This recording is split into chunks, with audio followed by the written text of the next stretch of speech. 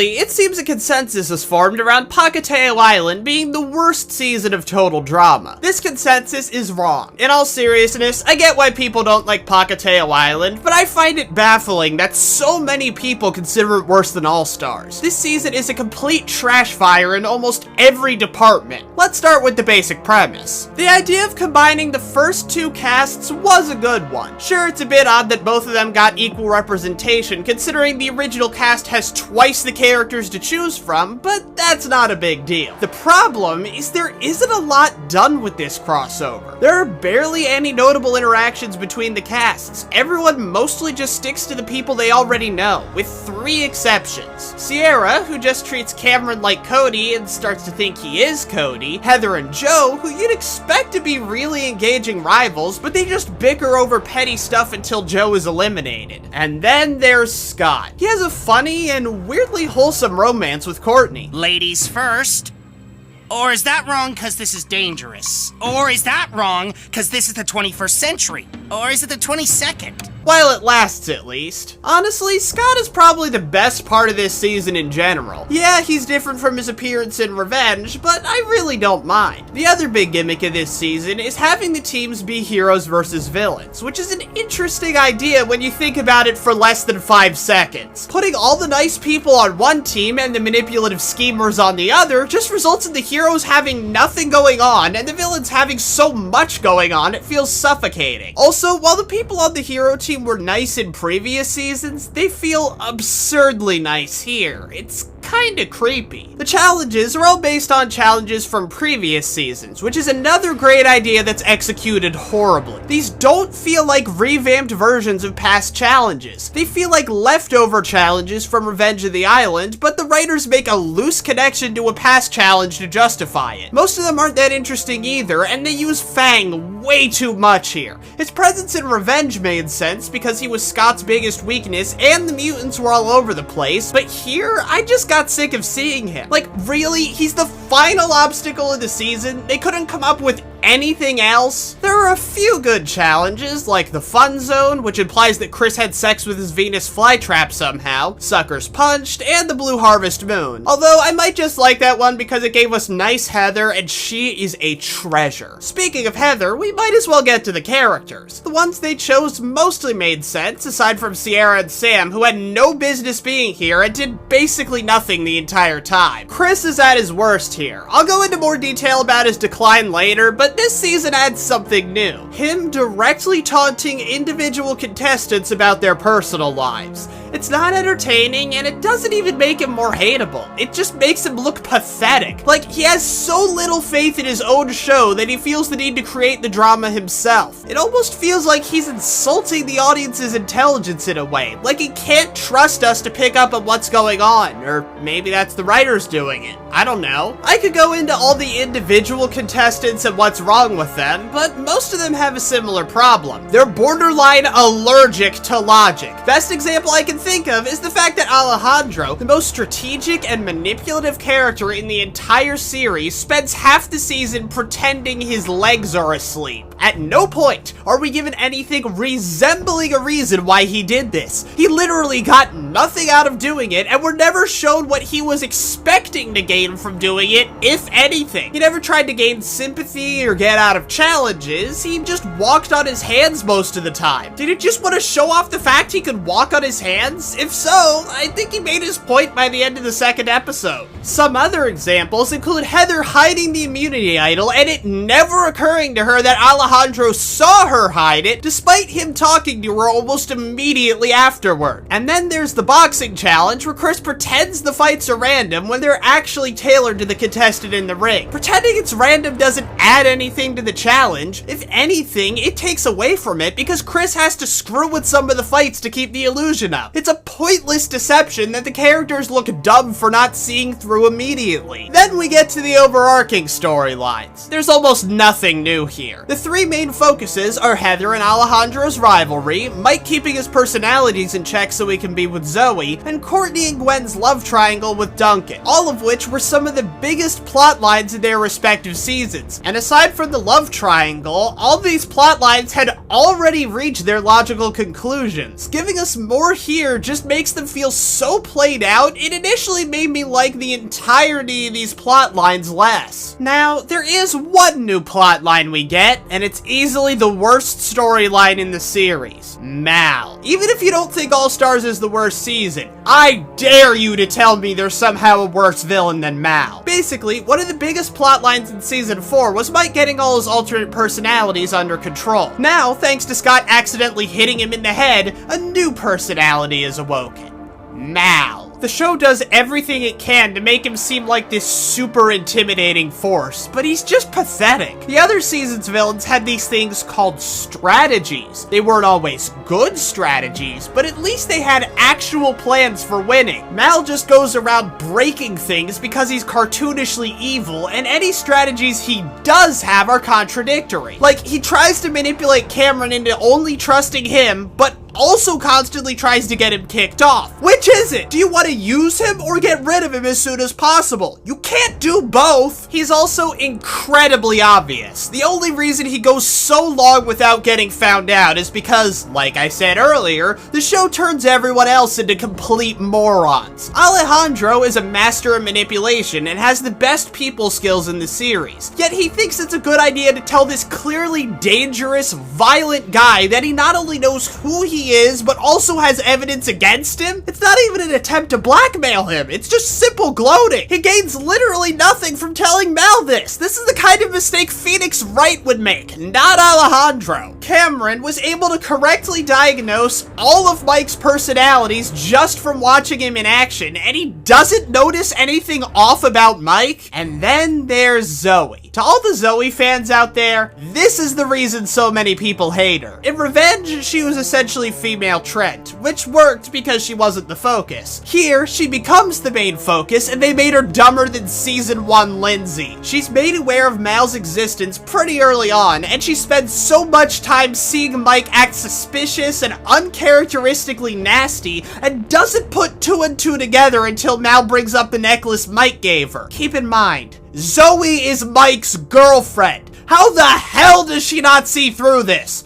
The arc of stopping Mal is stupid too. We get this journey through Mike's mind because apparently Chris managed to get cameras in Mike's head, and Mal is defeated by Mike pressing a button. You built this guy up as the ultimate evil, and he's defeated not by a smart play from the person he spent the season tormenting, or by the exact kind of con he pulled on everyone else, or by overestimating his own abilities. No, it's a freaking button. Also, why would Aqua sinks in the end despite it being established in action that it's not actually an island? But hey, since when has continuity mattered in this show? I've got plenty more to say about All Stars, like how Gwen is an insufferable crybaby here, or how they made Lindsay so dumb she doesn't understand basic motor functions, or how I don't think there was any communication behind the scenes about what they wanted to do with Courtney, but I think I've said enough about this abysmal season. The first one we have is Come Fly With Us.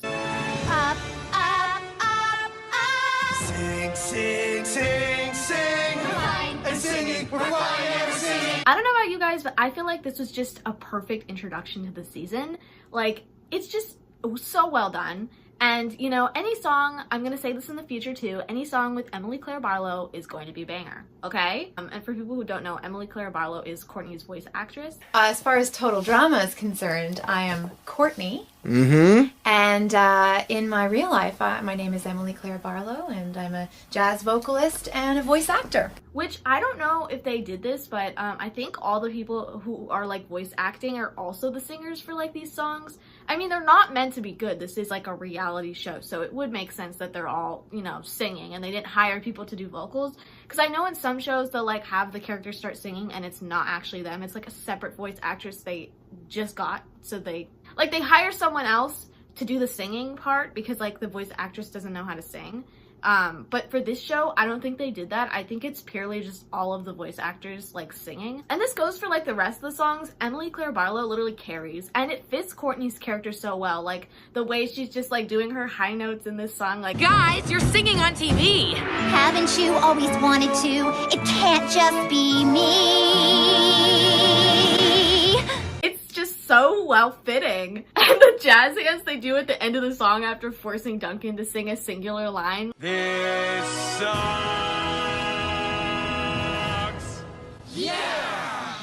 Anyway, I don't know if I would say this is the best because it's good. I love it a lot. Oh, this is so hard and I'm only on the first one, but like, I feel like I'm in between because it's not really one of my favorites, but it's not bad.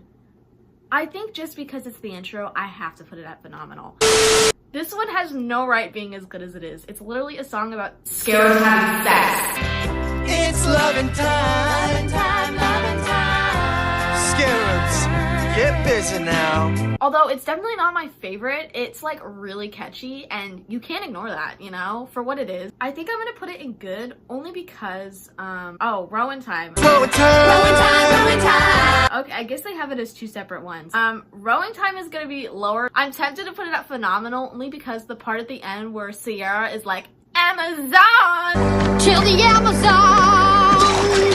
It's so like, it scratches my brain. I can't, there's nothing memorable about it. It's literally just Loving Time, but like, again, which I feel like they should be classified as one, I guess. I didn't really consider it two separate songs. I put the notes under the same category because I wrote notes for like all of these because I re-listened to all of them so I could do like an accurate review.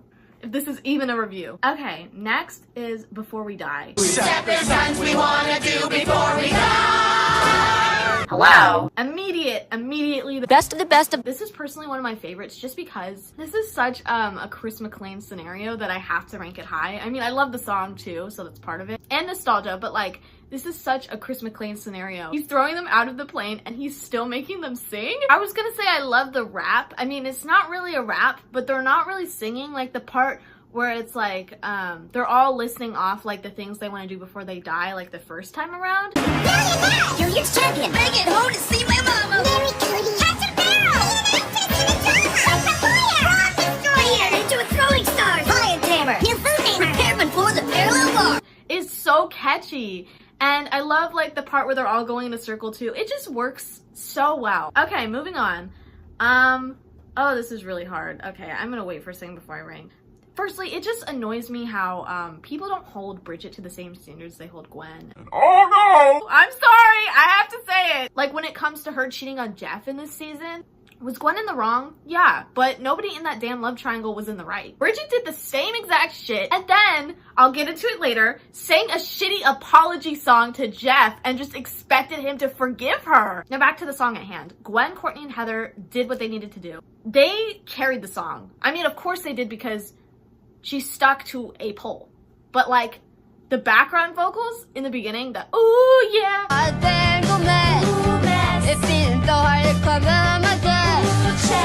I'm gonna put it at weak because it had potential. One thing about me is if a song includes Emily Claire Barlow, it is going to be ranked high. She carried, and Courtney's only singing at the beginning of this song. What's not to love about New York City? The taxis honk out a New York ditty. The crime is high, the pigeons fly. What's not to love about New York? I think Owen and Lindsay as a whole sing way more. And Lindsay somehow makes her verse work, even though I don't. She's like kind of talk singing. Stores and the fashion, big shows where stars cash in. But then she like tells LaShawna to stop dancing. For the love of dance, stop! That was uncalled for. Anyway, top tier song. I actually really like Owen's part in it too. And I mean Lindsay's too, but like I think Owen did really good in this song too. Oh, this is a complicated one. I want to say so badly that I love this song, but like the Total Drama Brothers is just such a fun concept, and like there's a clip I think in Celebrity Manhunt where they're singing and it's way better. What? When I cry, my eyes wet. I swear it wasn't guy sweat. Than whatever this is. How'd you get so hot, baby? You're so smoking hot, baby. It just did not work. I feel like the vocals are like, they just didn't blend well together, and it was kind of hard to watch. I'm sorry. No. I'm sorry. This is just such a hard one to rank because I just can't shake off how this apology is, like, just how it's an apology song. My favorite thing about the movie is, like, it feels like a movie. And, like, Jeff throughout the song is being like, you literally cheated on me. At least I fessed up. You didn't fess up. You got caught on national TV. It's international, Jeff. Total drama is seen all over the world. And she's like, oh, I'm so sorry. I'm sorry. Why was that good? Someone take me to America's Got Talent. Anyway, Jeff is just like right in this situation. I mean, it's the same thing as the love triangle. There's just not a triangle. I don't know. It just physically makes me cringe just knowing it's an apology. So I can't just like cut it any slack. I'm not even gonna try to pronounce this, but I'm putting it in good. Maybe that's controversial, I have no idea. And I think the reason it's so high for me is because the moment with like Tyler and Lindsay, I just think is so cute. One of the only like canon couples in this series I really care about is Tyler and Lindsay. Wait, something's itching in my brain. Someone's back in the game, my former flame. And Tyler's your name. You're Tyler, just the same. Oh, Tyler, Tyler, Tyler, Tyler, back you came. I just think they're so cute, and it was a cute moment, okay? Despite the fact that I don't really like how stupid they play Lindsay to be. Like, every season they derail Lindsay's character more and more by making her more stupid, when, like, for season 1, Lindsay was not like that. Season 1, Lindsay would not vote herself out. She's not like that. And it honestly, like, kind of annoyed me that they made her forget Tyler, because she wouldn't do that. I might put it at okay. It's not bad. It's ahead of rowing time. I'm gonna put it in okay. Yeah. I'm just gonna call this one Gwen Rap because, like, I don't know if that's a slur or if it's not. I've heard a lot of mixed discourse. Just to be respectful, I'm just gonna do that. Now, Gwen was, like, a huge gay awakening character for me. When I was little, I traced a picture of her and I hung it on my wall in my bedroom. I tried so hard to get a video of it from my family computer, but I literally couldn't, so enjoy this grainy photo. Anyway, back to the point. So you know how people will say like, oh, I used to watch this music video over and over again, I never knew why. But then they end up being gay and then they know why. This was me with this music video. I literally would watch it over and over and over again on YouTube, and I do not know why I liked it so much. Tied up with rope is no joke. Fears in our face. Get us out of this place. Ain't having the luck that I anticipated. Probably means I'm limited. Yeah, I know what you are. I also just like this whole scenario with Team Amazon where like Heather thought she was like some god. Even as a child, I knew that someday a large group of people would worship me. But then it was actually like the Zing Zings were actors. No! It's okay! If you want to get on their good side, you should kneel before me. I'm a bit of a god to the Zing Zings. Those aren't Zing Zings. They look like local Peruvian teenagers. But the outfits! The spears! You're actors in this year's Shakespeare in the Jungle production of Macbeth? And she just like got completely humbled. It was so funny. And how like crazed Gwen looks just like really ties it all together. Gold tooth? Crazy or what? I mean, it's crazy, right? I mean, it can't just be me thinking it's crazy. It's crazy, crazy, crazy. Oh god. Okay, this is an opportunity for me to rant about this anyway, but Sierra's whole like shtick with literally harassing Cody is so like, it makes me so uncomfortable to watch. And it's literally her whole joke the entire season. I mean, the only reason Cody even got that far was because of Sierra. Why, oh why am I not at home? I ponder. Especially because like they play this gag for laughs and it's like he's not into you. You fall in love with a boy on TV and then audition to get on his show and then audition again and finally get on his show and be nice to him and do nothing but kiss up, you will still Get over it. Also, Sierra was incredibly annoying this entire episode. The whole thing was that Cody, like, I think rejected her. I was gonna go back and rewatch it to find the specific reasoning, but I honestly just didn't feel like it. It didn't help either that, like, Team Amazon made this, like, Cody's problem. We, my friends, all I did was love him true. Cody, what are you doing? I'm trying! She was throwing the challenge, so they just made it Cody's fault. And the whole thing at the end was that she wasn't even mad. She just was playing hard to get. Are you fucking joking? Anyway, I actually think the visuals in this song are really cool, and I think it's like kind of catchy, I'm not gonna lie. But the I mean, we're going off the song. It's better than Stuck on a Pole. Also, I forgot to include this, but like I love the random like cameo from like Owen and Noah, despite this being like a Sierra solo, and the random clip of like Chef dancing just like really ties it in. So like maybe that's a part of why I like it. Okay, sea shanty mix. I don't really have anything to say about this one. I just think this episode is so fucking funny because Gwen and Courtney see this rock and they think it's Duncan. And that is just Trying our best, Courtney. Our arms are getting fried. Courtney, do you see? Could it be? Steer hard starboard side. that is just the stupidest shit. And they like stop the boat and they climb up because they think it's Duncan. And it's literally a fucking rock. It's just plain old foreshadowing of what was to come next. Yes. It's not bad. I'll just put it here. No. They're like equal. Also really love how like Heather and DJ, I mean, just their like duo in this like episode, but also in this specific song, she's trying not to get him to sing the whole song, and at the end he ends up singing, and I just thought that was really fun. No, you can't catch me with the sea shanty. Yes! Oh my god, this song kind of hits different now because I just watched, I can't remember the creator's name, but they made a video about how Izzy isn't really insane. It's like a theory, and it honestly makes a whole lot of sense. But this song is so sad now because with that theory implied, she basically is playing Owen.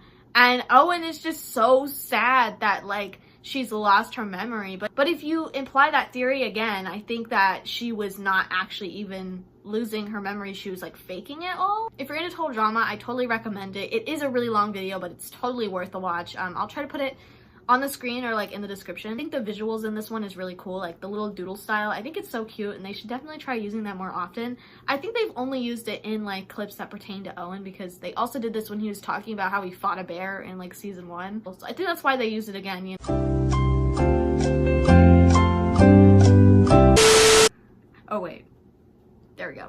I'm just not a huge fan of like total drama aftermath. How are we gonna go from Duncan kissing Gwen to an episode about saving the goddamn show? I have to like, my brain does not work like that. I need to like finish where I just started. You know what I mean? But like, usually if I'm rewatching it and I feel like watching Aftermath, I'll just like rewatch all the Aftermath episodes after I rewatch the season. Also, this song is just really bad. Sisters, however, hear me out. She had to save the show and she had a dream and she got it done. I won't be getting up again. Yes. Sisters, come together now, take them down. Sisters, come together now, sort them out. Sisters, come. Okay, that's just weak. Again with the Sierra thing, in this song, how they have to strip down a guard to like find a clue, I think, or something. But how they get Gwen, they were like, Gwen, you need to strip down the guard. And sorry, Gwen, that's you. Ow! Oh. And Gwen doesn't want to do it, obviously. So Gwen puts a like paper mask on the guard and says it's Cody. And then Sierra stripped it. Ew! Oh yeah, I put that when I was rewatching this. I didn't hear the T at the end and it just sounded like Courtney was going, If you take away the end of this episode, it's literally one of my favorites. And I'm really mad they had to fuck it up at the end with the whole love triangle because I love Gwen and Courtney's friendship. Anyway, I'm gonna put this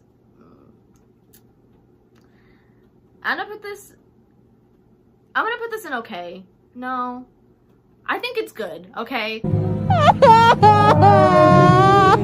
Okay. I know what you're thinking. I'm thinking it too. I don't know if this is controversial, but I cannot deny the obvious. This song fucking slaps. The whole like video where they're like fighting the bear. No, they're not fighting they're trying to get the medal, but like you get my I like the visuals in this one too. Okay, that was all I'm trying to say. I know it's ironic because like I really hate this episode and I really hate the love triangle, but come on, I can't. And it gets me every time when Duncan is like stuck inside the bear. Wait. No! I'm not trying to say it like that. The 4 bears got me, and that's seriously lame. Boyfriend kisser. Boyfriend kisser. I thought she was my friend, but now it's time to diss her. I'm gonna put it in phenomenal. Yeah, phenomenal. As much as it hurts to see like my 2 favorite characters literally at battle, I do really like this one. I think the visuals with like the blueprints and stuff is really fucking cool. Next is Shear the Sheep. They had some sheep and a cash prize at stake, and they did what they needed to do. This song is so good, and I think it's so funny. They're like on a stage performing for like actual sheep. I love it. I think it's really fun, and I'm gonna put it in good because I just realized I don't really have a lot in good. First of all, I love the whole like disco outfits in this one, and the vocals go hard in this as well, you know. The part where like Courtney's having a solo like I don't know why that part makes me laugh so much. I don't have a lot to say other than like this is just a classic song, and the fact that they built Gwen's head is hilarious. She's not even there and she's like on their mind rent free. Although I think it was Cody, so that actually makes way more sense. Hear me out. I don't like Blanley. Hey! I've seen a lot of like Total Drama fans who really like Blanley, so I'm so sorry. I tried so hard to like her because I saw everyone else did, but I fucking hate Blanley. I can't. Which is exactly why I like this song. Like, Jeff really came for her neck, you know? Or should I say, Mildred? It's Mildred! Anyway, all in good fun. I just really liked this one. This is one of the moments in Aftermath that is like really memorable for me. I just think it's really funny because I hate Blanley, so. I'm scared to post this video now. This is like the worst one. Like, I'm not even sorry. It's just that bad. So horrific. This is Blanley's song, and Owen and the cast, like, are the ones carrying it. My Blaine-erific, so terrific. I'm famous. That says something. The only time Cody will ever be appreciated by me is in this song, okay? Who is that girl again? What? Who am I? She actively got humbled. She's not so famous. Turns out she's not so famous. Oh, I take it back. I take it back. A little Chinese lesson for you. This is the worst one.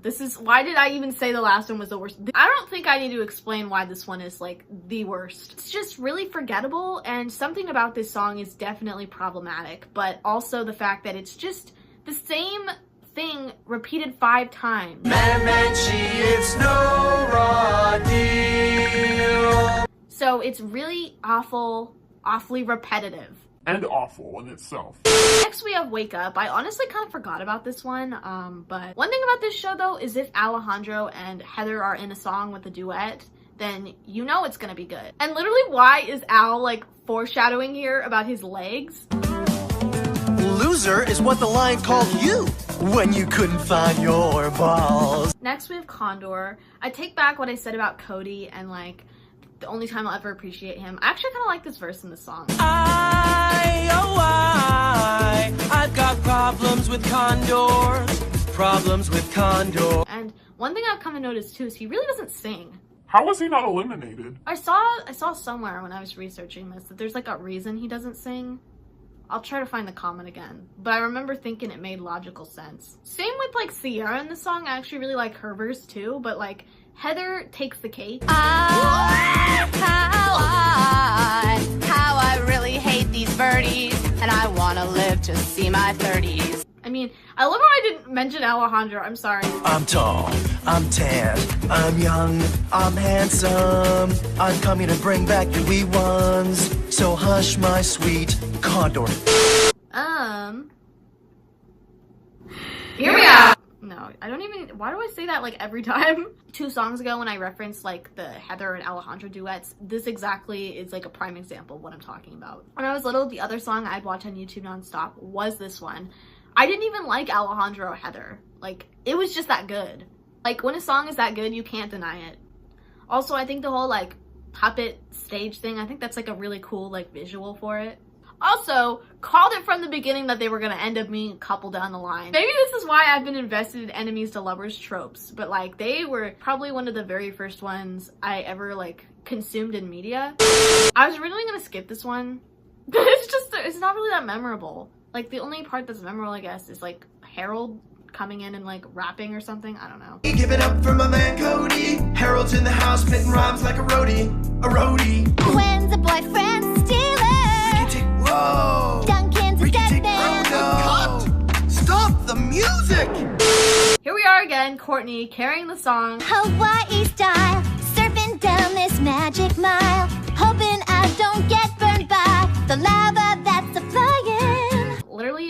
yes, she does deserve to win. Where is her season? I am waiting. I mean, I know the next one's with a whole new set of characters, like the reboot thing, or it's reboot. It's more of like a revival. It's not really a reboot because it's like new characters, but it really should have been All-Stars, but no. Sunday Muddy Sunday! Sunday Muddy Sunday. And Owen using like Blanley as a surfboard is so— This is messed up.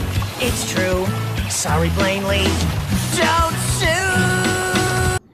I'm gonna make it. Oh my god. I have so much to say all at once. Heather and Alejandro again are why I ranked the song the way I ranked it. Like, especially that one part.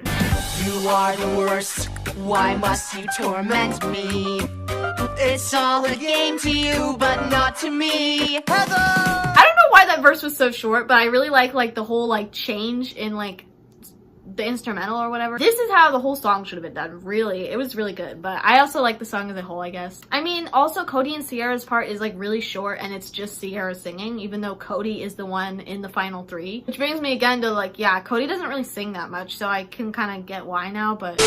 And lastly, we have my favorite verses. When it comes to talking about like your favorite total drama songs, I don't really see this one get enough appreciation. I love it. I love everything about it. I think the auto-tune, which I guess people could say is like awful, but like I think it's like kind of satisfying to listen to. I'm gonna win it, yeah. And you can't take it. No, I'm right here in it, but you just fake it. The visuals, the vocals, just everything. I'm obsessed. I wrote that I love how Courtney's 2 lines are just better than Blanley's songs as a whole. I'm so right, it's ill. Worth 1/5 of the